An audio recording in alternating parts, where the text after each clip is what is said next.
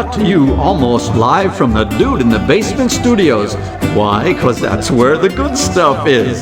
It's Sips, Suds, and Smokes with your smoking hosts, the good old boys.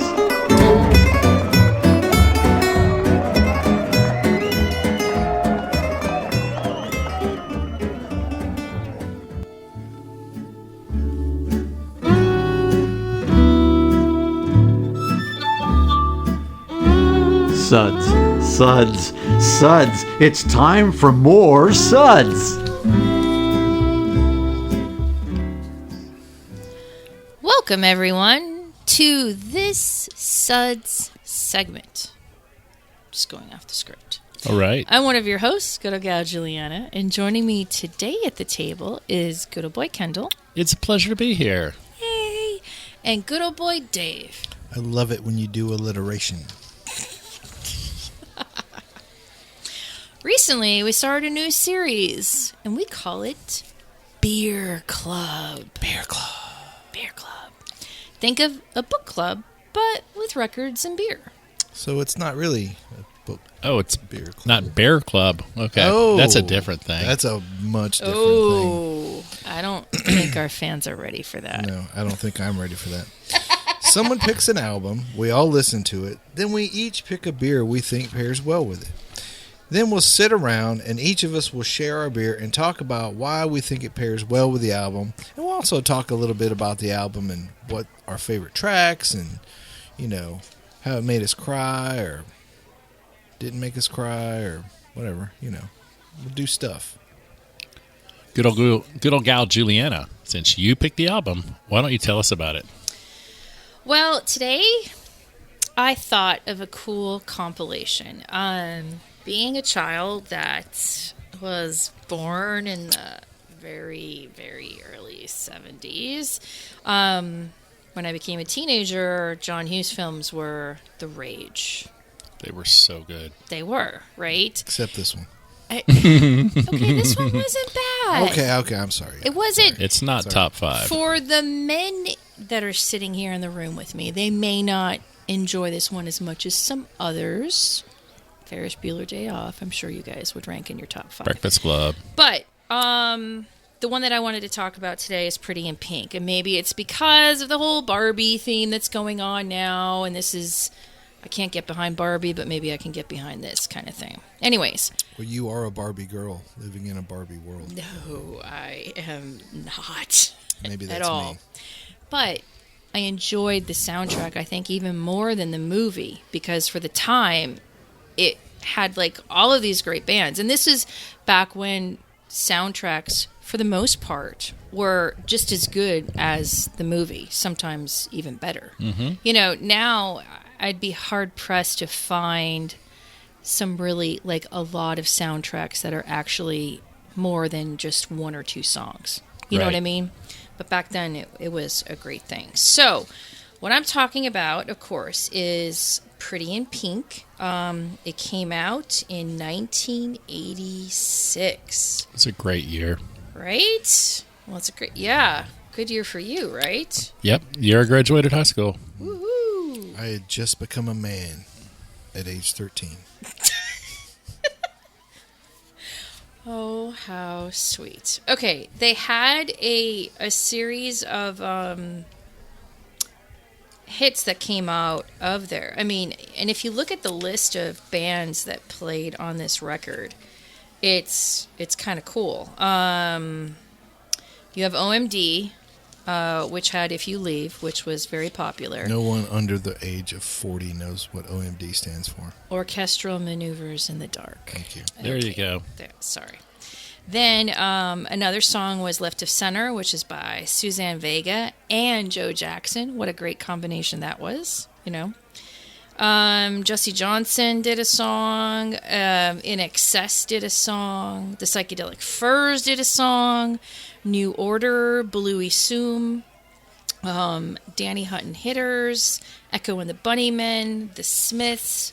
I mean, there was a nice... Yeah, especially when you start throwing out In Excess, Psychedelic Furs, The Smiths, and Echo and the Bunnymen. That's some classic 80s, kind of alternate 80s. A lot of them didn't have a lot of big top 40 hits, but they were really well known. Yeah. Mm-hmm. Yeah, they were. They certainly did the circuit. So this was like a nice little greatest hits, if you will, of stuff, which I thought was pretty cool. A lot of early members of the MTV club, getting some of those videos. Yeah. in. Yeah, that's a good way of looking at that. So that's the record that we're going to discuss with today. All right, good old boy Dave, why don't you give us the Suds ratings, and then we will be on our way. Sure. We'll be discussing and rating these beers while we discuss Pretty in Pink. With these Suds ratings, and we'll be rating them with our signature belching sounds. Here are those ratings now. 1, that sucks, give me anything but a bud. 2, was that a belch? 3, ah, what a relief. 4, a body should really not make that sound. And 5, listen to that hang time. Give me another.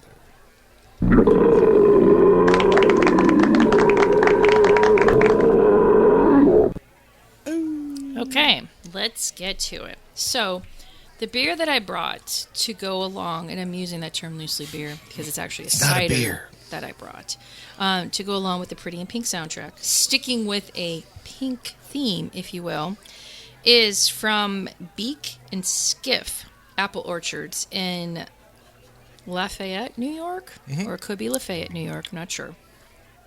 It's the 1911 Black Cherry Hard Cider. This is 6.9% ABV, and it's electrifyingly crisp and slightly tart with the flavor of black cherries in their cider. I wanted to have something that kind of went along with this whole Pretty in Pink thing, and also something I would think would go with all the major characters that played. So which character does this go with? Probably the main, Andy. No, I'm thinking this No? got Ducky all over it. Ducky? Ducky, yeah. Oh, Ducky okay. looks like a cider drinker. You think so? Oh, yeah. See, I would think that Andy would like this because it's pink. It's not quite like she couldn't afford pink champagne, but she could go with pink cider. She was a tough girl from the wrong side of the tracks. Okay. Broken home. Okay. She ain't got time for no pink cider. And for those of you that don't know this movie, John Hughes was a great director in the sense that he wrote all these coming of age, very relatable almost characters for like the teenage and early 20s something group. There always was a love theme that would permeate through each of these movies. In particular, so there was this girl named Andy, and she was from the wrong side of the tracks, played by Molly Ringwald, and she had a thing for this guy named Blaine, who was played by Andrew McCarthy. Well, he was a rich kid, and, rich kids and non-rich kids don't go along well. John Hughes in high school movies were always very good about breaking out the social hierarchy in high school. Yeah. And this is almost completely opposite of the character she plays in Breakfast Club, where she was the rich kid. Yeah, 100%. exactly. Yeah, exactly. But it was something that resonated to me because those cliques were there at school. I'm sure they still are to this day. They're universal, yeah. To a degree. So this, you wanted to root for the girl. Well, I wanted to root for the girl because you always want, right to prevail. I was rooted for the drunk rich bullies. Oh, You so know, that's you were a true. fan of Slater? Yeah. Yeah, so- played by the legendary James Spader. Yeah. Oh, my And God. he plays the same character in the 80s till everyone. today. Yeah, exactly. He does. He's such a he butthole. He's a paid- good butthole. He plays the jerk better than anybody. Sure. Yeah. Sure. He's got that look. Yeah. Like, oh, yeah, yep. Yeah, that's so shady. So shady. And it centers around prom and the whole, angst of prom and all that stuff, too. But I wanted to get something that was pink, and this was that, and I thought this was Well, how do you like it? a good... I like it a lot. But I'm a big fan of cherries anyways, and I think that it's not super sweet. You can taste the cherries coming through. It's very pleasant. Yeah. What do you think, Kendall? It's not a bad cider. I'm not the biggest cider fan, but I like what the cherries do for this. You do get that sweetness in the middle, but then it starts drying out after you in the aftertaste. You get that dryness and that kind of cherry flavor, but it's not like fake cherry flavor like cough syrup or cough drops. It's real. It's real, and it's really good. Yeah. Yeah. Well, I think if good old boy Sparky was here, he would remind us that he is a cherry whore, and he would really like this. I like it too, and honestly, I would encourage anyone who steers towards hard seltzers, try this kind of thing instead, because you're getting a lot of flavor. It's probably got a few more calories, but at least it's a real drink. But I couldn't tell you, if you just poured this in a cup, I don't know that I could pick out any apple to call it a cider, but I think the cherry flavor on it is tremendous, and I really like it too. Yeah, I'm not really getting a lot of apple either, but that's okay. I'm not going in with it like wanting a straight cider. It could just be a cherry beverage. Yeah, it could be, but it's in the best way. Yeah. And I'm a fan of 1911 anyways. I think they do a nice variety of ciders. Yep. Like across the board. They also have an interesting array of fruits that are added in, to their base line of the cider. So I thought, this was a good idea. Well, what shall we rate this? Yeah? Okay. The 1911 Black Cherry, we are going to rate a 4. Oh, and I got to talk about like the favorite song on the soundtrack. Yeah, what's your favorite song? And that was really, really hard. I know, it was hard to find a good song on there, but... Excuse you. No. Because I have seen a good amount of these bands in concert. Like, I've seen NXS live only once. The Furs and New Order I've seen a few times. Echo I saw once. And the Smiths, Smiths are my jam. I mean, so much my jam. But I'm gonna say... wouldn't it be good, and please, because of the Smiths. And I love Morrissey so much for his crazy shenanigans as being androgynous. He's such a happy guy. Like when right? he sings, Happy. Yeah. Him and Mr. Smith from The Cure, those two are the happiest people I've ever Oh, seen yeah, they are. on stage.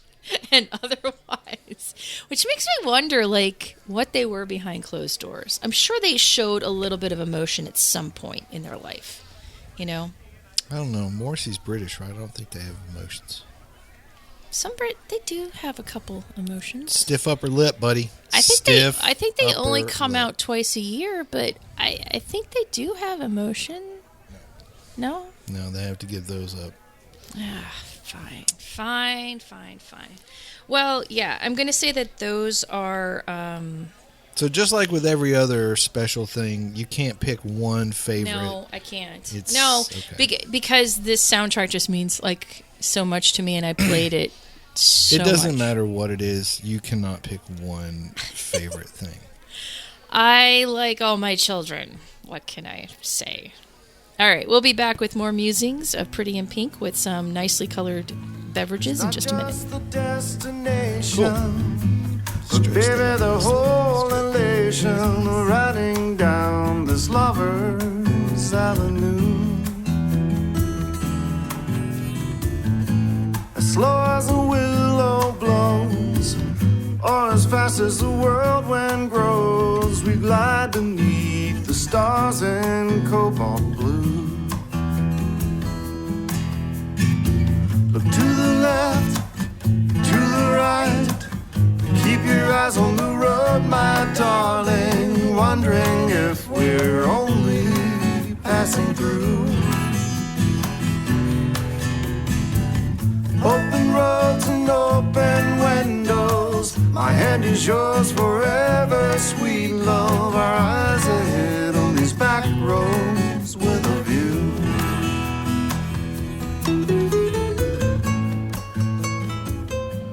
Welcome back, everyone. Today is yet another episode of Beer Club. Beer Club. And today we're talking about the Pretty in Pink soundtrack. Not necessarily for the movie, though the movie was cool. And we're talking about the music that made up the soundtrack, as well as some very pretty colored beverages in front of us. So I just finished my take. Now let's move on to good old Boy Kendall. What did you bring today? Well, since this is John Hughes' most girly movie ever made, Truth. I went with a girly beer. Also a pink beer. And Aww. I went into the liquor store and it's like, what is the pinkest beer I can find that I still want to drink? So, not to disparage the movie. I just watched it again last week. It's a cute movie. It just, nothing will ever stand up to Ferris Bueller's Day Off. It's fair. Even Fair. Matthew Broderick was like, I am basically Ferris Bueller for eternity at this point. But anyway, but I still picked a good beer. This is from our friends at Shorts Brewing out of Michigan that we love very much. We know they make great beers. And this is actually, it's a golden ale brewed with strawberries and milk sugar. And they call it strawberry shortcake. Aww. So we've got a little strawberry ale here, a little strawberry and lactose. And it is a very pink can. And I don't want to disparage it because it's a delicious beer, even though it looks a little girly. Yeah. It's fine. Yeah. I mean, what's a little strawberry and lactose? Yeah, we're going from cherry to strawberry. Yeah. But it does have kind of that strawberry shortcake flavor to it. It does. And strawberry is an interesting flavor to put in a beer. I mean, you almost have to use like overripe strawberries to really get the right kind of flavor. And the strawberry really comes through on this. I think they balanced it out nicely. You still know you're drinking a beer. It's not overly fruity. Got a nice finish on it. Golden ale is a nice palate to let this It's a nice be. base. Yeah. Yeah. Yeah, the beer is, not the star of the show here. It's the strawberries really stand out. And that milk sugar gives it a nice creaminess, too. And it's not overdone. Yeah. No. What do you think, buddy? And it so could go off the rails. Like, I'm sure we've had a beer or two in our life recently that... It's like, did you have to use the whole bag? Of lactose. Yeah. Yeah, exactly. Oh, I think this is nice. So it's sort of trendy in the sense of, having the milk sugar in there, but it's not overly trendy. And I think as a summer refresher, it's perfect. I could see this, in Michigan. Like, I And guess on the which lake, character I think would really enjoy this beer? Tell me which character. I forget her name in the movie, but our favorite Annie Potts. I love Annie Potts. So- is that Iona? Yep. Yep. Iona. She's record store great. owner? She's been around forever. She's still acting regularly. Yeah. I think she got famous on Designing Women. And then Ghostbusters. and Ghostbusters, and now she's playing Sheldon Cooper's grandma in Young Sheldon. But yeah, she's really young in Pretty in Pink. And she does such a great 360 because in the beginning you see your character as this, punky, black, vinyl-y, pleathery, angsty almost person. And then, she does a complete 180. Yeah, she's fun. Yeah. She's the most fun one in the movie. I loved her character. Yeah, she's really, really cool. Really cool. Nice. Yeah. Well, so I'm not expecting much out of you two in terms of this movie, it being like a big fave. as Which much song as it was made for you me. cry the most, Kendall? There's only one song on this list that I'm going to go with. Class of 86, I think probably 95% of the high schools in America chose this as their senior class song, and that is If You Leave by OMD. Sure. I mean, prom. How much royalties did they get off proms in the 80s? Right? Yeah, so this was, this song was everywhere. It was our classes, Don't You Forget About Me. Class of 85 really screwed us over. They got Breakfast Club and Don't You Forget About Me. We got Pretty in Pink and If You Leave. But still, it's a great song. And I feel like OMD didn't do much after this. They kind of peaked with this one. I think so. I think that's fair. But it's a really good song. It's still catchy. You still hear it on kind of the pop oldies. I heard it. I was walking through the grocery store the other day, and it was on. Really? Oh, wow. But yeah, this was my senior class song, and I definitely played it at prom and all that good stuff. But it's a fun one. Fun song, fun beer. Wow, that's cool. And looking at this, they really did not do much. Yeah, I feel like 83, 84 was some of their bigger hits, and then they hit this one in 86, and then They were like, just hey, kind of faded away. Yeah, they had a record in 86 and then didn't do another one until 91. Interesting, though, they are going to release a record this year in Fascinating. 2023. Really? Yeah. Their last record was in 2017. It was called The Punishment of Luxury. But I believe that they're... are they all still original? There's like literally no way it's all the original people. I don't think so. They're doing like a care assisted living facility tour. Stop 2023. it. Stop it.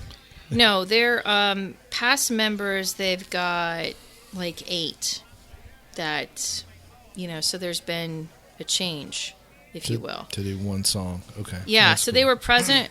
They were active from 78. That's when they started. Like, that blows my mind because I don't remember.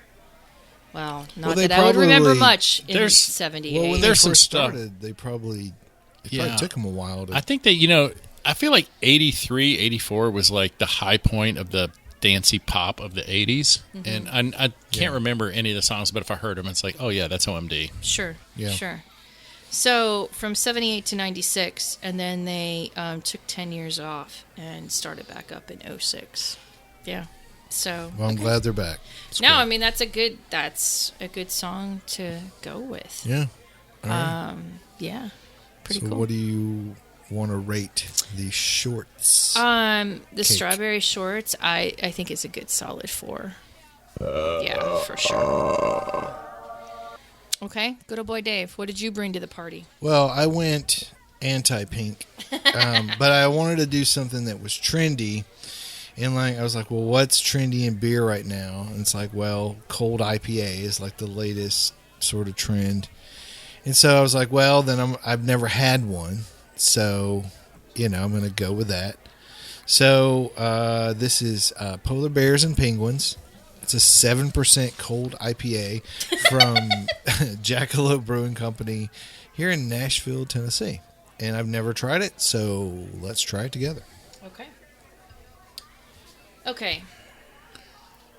Kendall, what in God's name is a cold IPA?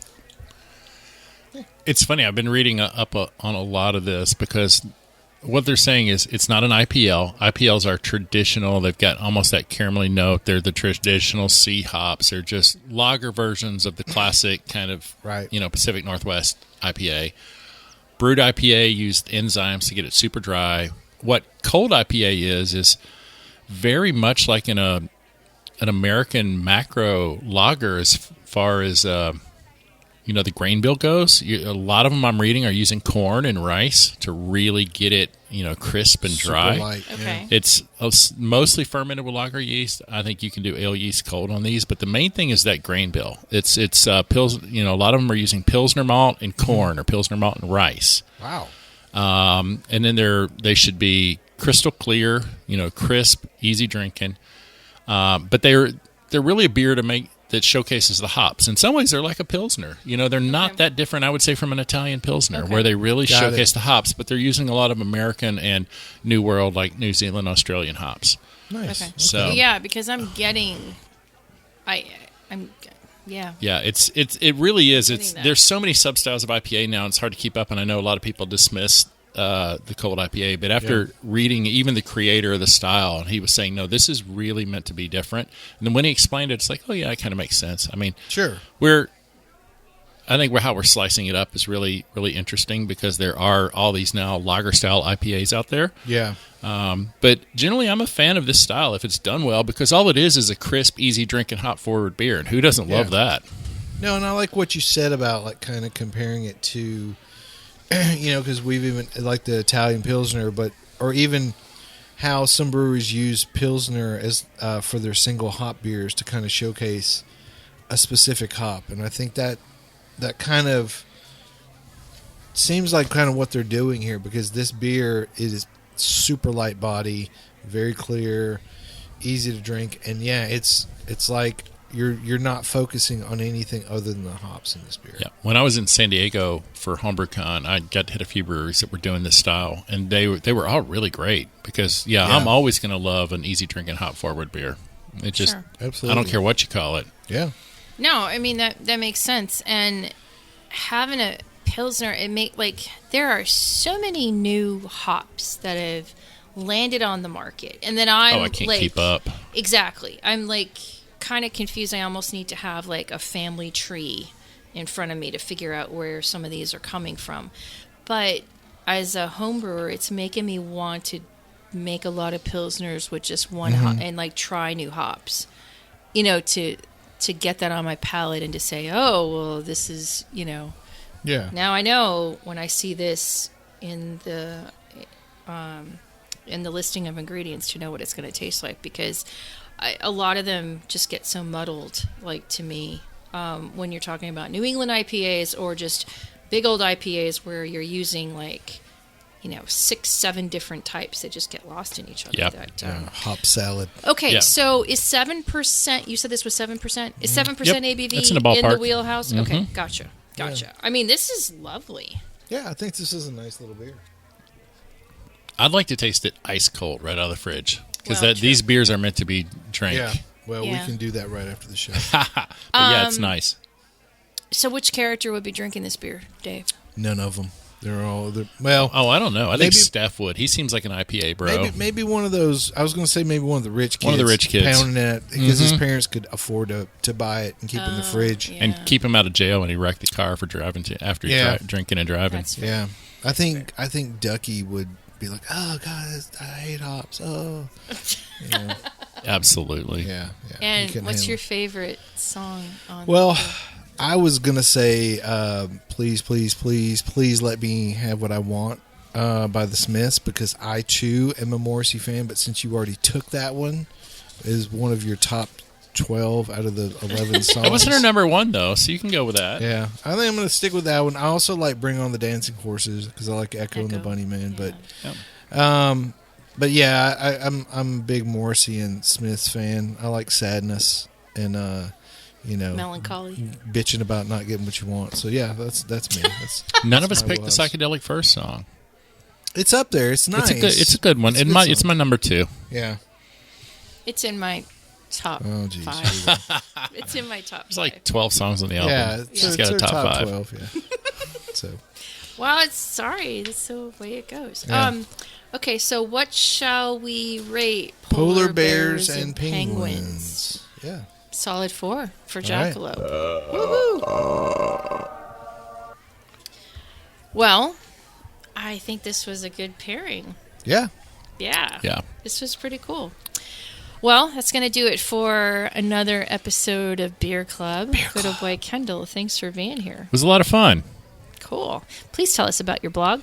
My beautiful wife and I blog about good news of good beer at beermakes3.com, and follow us at bm3.beer as we travel around all the breweries in Tennessee in 23. Cool. Good old boy Dave. Gag me with a spoon. Of course. This is good old gal Julieanna. Keep on chuggling and catch you next time. We hope you enjoyed this episode. If you're listening to us online, do yourself a favor and tap Tap it in. the subscribe button. Give it a little tappy. Tap, tap, tap-a-roo. The easiest way to listen to our show is to ask Siri, Alexa, Google, Uncle Larry, or whoever it is that talks to you on your phone, play podcast Sip, Suds, and Smokes. We love your feedback, and you can reach us at info@sipsudsandsmokes.com. Our tasting notes flow out on Twitter and Instagram with our handle @SipSudsAndSmokes, and our Facebook page is always buzzing with lots of news. You'll also be able to interact with the thousands Millions and millions. of other fans on those social media platforms. Do us a favor. Take the time to rate this episode if you're listening to us online. That's a big help to us, and we get to see your feedback as well. Come back, join us for another episode, and keep on sipping.